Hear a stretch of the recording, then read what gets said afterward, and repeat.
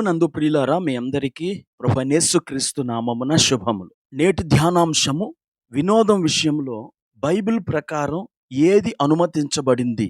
నేటి వాగ్దానము ఎఫెసీయులకు రాసిన పత్రిక 1వ అధ్యాయము 6వ వచనం. జగత్ పునాది వేయబడక మునుపే ప్రేమ చేత ఆయన క్రీస్తులో మనలను ఏర్పరచుకొనెను. నేటి మన దేవుని నామము నిరూపకుడు, విండికేటర్.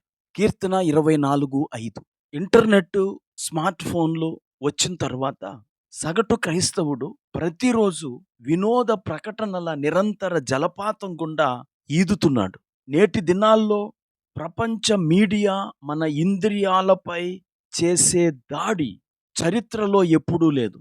ఇలాంటి పరిస్థితుల్లో బైబిల్ ప్రకారంగా మనము ఏవి చూడాలో ఈ వీడియోలో మనం ధ్యానం చేస్తాం. బైబిల్ ప్రమాణం చాలా ఉన్నతమైనది. ఫిలిప్పీయులకు రాసిన పత్రిక 4:8లో అపోస్తలుడైన పౌలు ఎలా అంటాడు, మెట్టుకు సహోదరులారా, ఏ యోగ్యత అయినను మెప్పైనను ఉండిన ఎడల, ఏవి సత్యమైనవో, ఏవి మాన్యమైనవో, ఏవి న్యాయమైనవో, ఏవి పవిత్రమైనవో, ఏవి రమ్యమైనవో, ఏవి ఖ్యాతి గలవో వాటి మీద ధ్యానముంచుకొనుడి. ఈ బైబిల్ ప్రమాణాన్ని మనము చూస్తున్నా, చదువుతున్నా, వింటున్న వాటికి వర్తింపచేస్తే మన జీవితం చాలా ఆశీర్వాదకరంగా ఉంటది. దావీదు భక్తుడు 101:3లో నా కన్నుల ఎదుట నేను ఏ దుష్కార్యమును ఉంచుకొనను అని రాశాడు. దీనిని మనం ఒక మార్గదర్శకంగా అనుసరిస్తే మన జీవితాల్లో ఆత్మ ఫలాలను పెంపొందించే విషయాలనే మన ఎదుట ఉంచుకుంటాం. ప్రియులారా, మనం చూసే దాని ద్వారానే మనము మారుతాం అనే సత్యాన్ని ఎవ్వరూ కాదనలేరు. కొరింథీయులకు రాసిన 2వ పత్రిక 3వ అధ్యాయం 18వ వచనంలో మనందరము ముసుకు లేని ముఖముతో ప్రభు మహిమను ప్రతిఫలింపచేయాలి.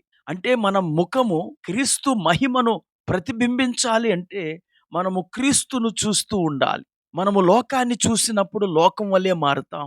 ఈ లోకములోని సినిమా స్టార్లను లేక ఇతర వ్యక్తులను చూచినప్పుడు వారి వలె తయారవుతాం.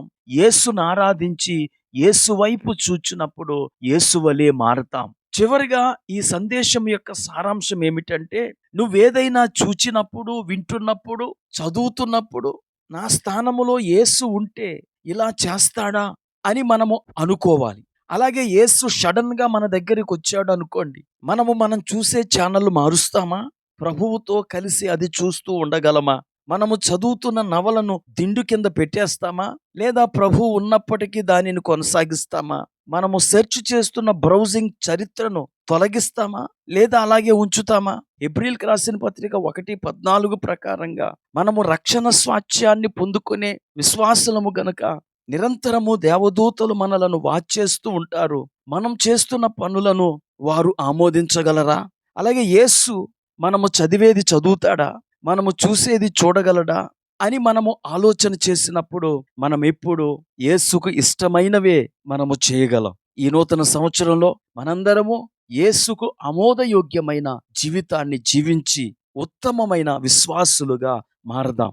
ప్రార్థన చేసుకుందాం. కృపా కనికరం కలిగిన మా తండ్రి, నీకు వందనాలు. ఈ లోకంలో మేము ఏమి చూడాలో ఏమి చూడకూడదో, ఏమి చెయ్యాలో ఏమి చేయకూడదో ఈ వర్తమానం ద్వారా మాతో మాట్లాడారు. ఖ్యాతి గలవి, రమ్యమైనవి, పరిశుద్ధమైనవి అనువాటి మీద మేము ధ్యానం ఉంచుకొని వాటిని అనుసరించి జీవించుటకు కృప చూపమని యేసుక్రీస్తు నామమున ప్రార్థించి వేడుకుంటున్నాము. ఆమేన్.